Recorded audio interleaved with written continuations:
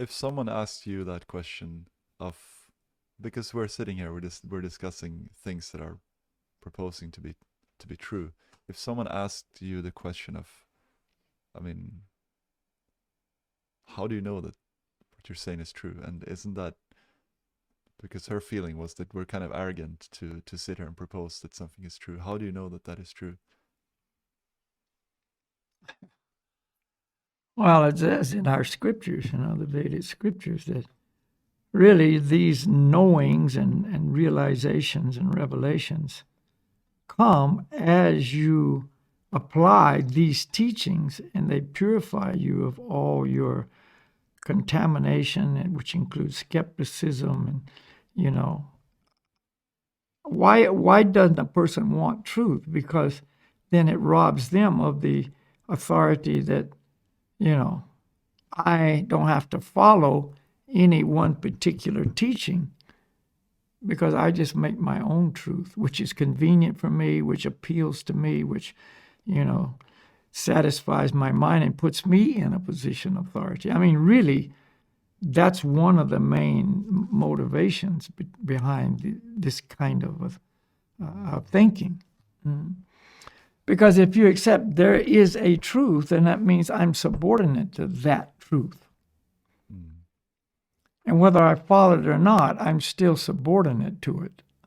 I'm controlled by it either directly, or I'm controlled by the fear of it, or the rejection of it.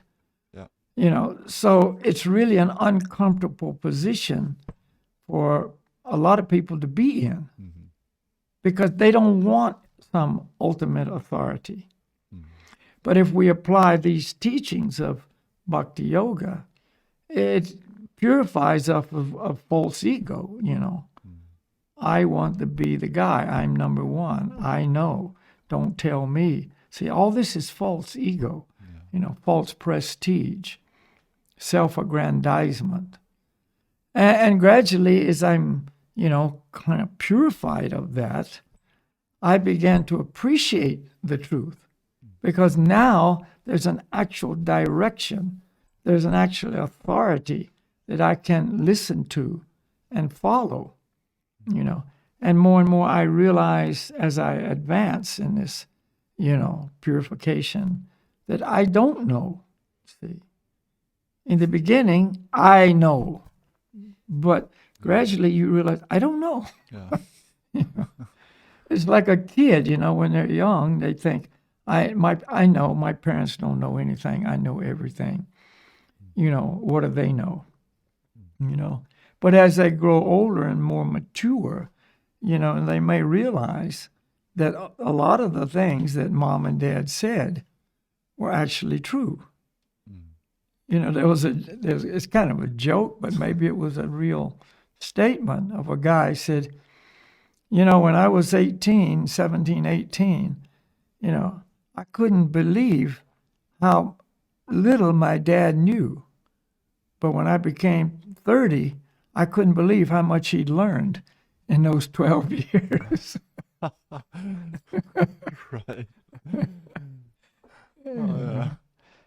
So you just kind of wake up, like, wow, there is some wisdom here. Yeah. But the wisdom of the Vedas is time immemorable. And we're not saying we know the truth. We're saying we accept the Vedas, which are the sources of knowledge.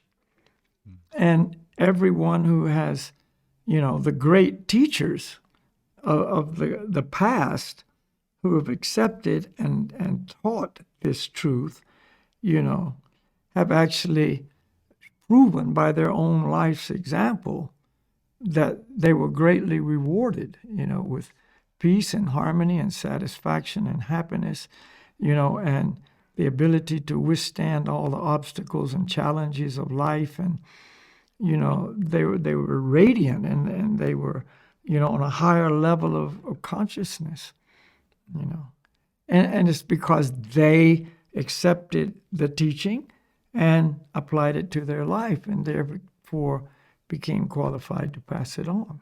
That's our whole disciplic line, and parampara. And You know, so again, we're not saying I, Reuben, know the truth.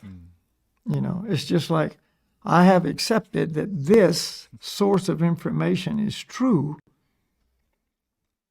due to one, the person who introduced me to this, I also have respect for, and I see how it is, you know, so much enhanced their life. You know, I trust this person to be, you know, a qualified speaker or knower, someone I can trust, and they're accepting it. This is all part of that.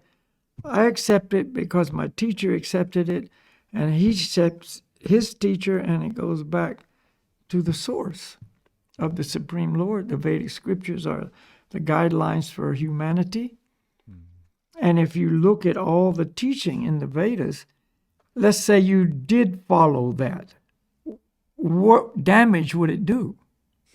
Yeah. You know, what damage would it do to you if you applied these teachings? You know, the meditations, you know, the clean lifestyle, and the development of compassion and concern for others, you know, and the respect, you know, that we should have for everyone, you know, right down to the insignificant ant, you know, and, you know, all the things that are promoted in these teachings of truth. What would be the harm if I and all of society followed it? Yeah. What would be the negative side of that? Yeah. But if you've got the other philosophy that everybody's got their own truth, and I can, you know, make my truth and you can make your truth, which is what we got now, and what kind of a result have we achieved? You know, why are people coming to the psychiatrist or the psychologist for help? You see, if everybody's got their own truth, you know, and it's just like, See what you hey mean. man, I can do what I want and I know what to do, and then why are they having problems? Because that's what we're already See, doing. why is there so much mental disturbance and anxieties and depressions and all the obvious, you know, signs in society that something's not as good as it could be? Yeah.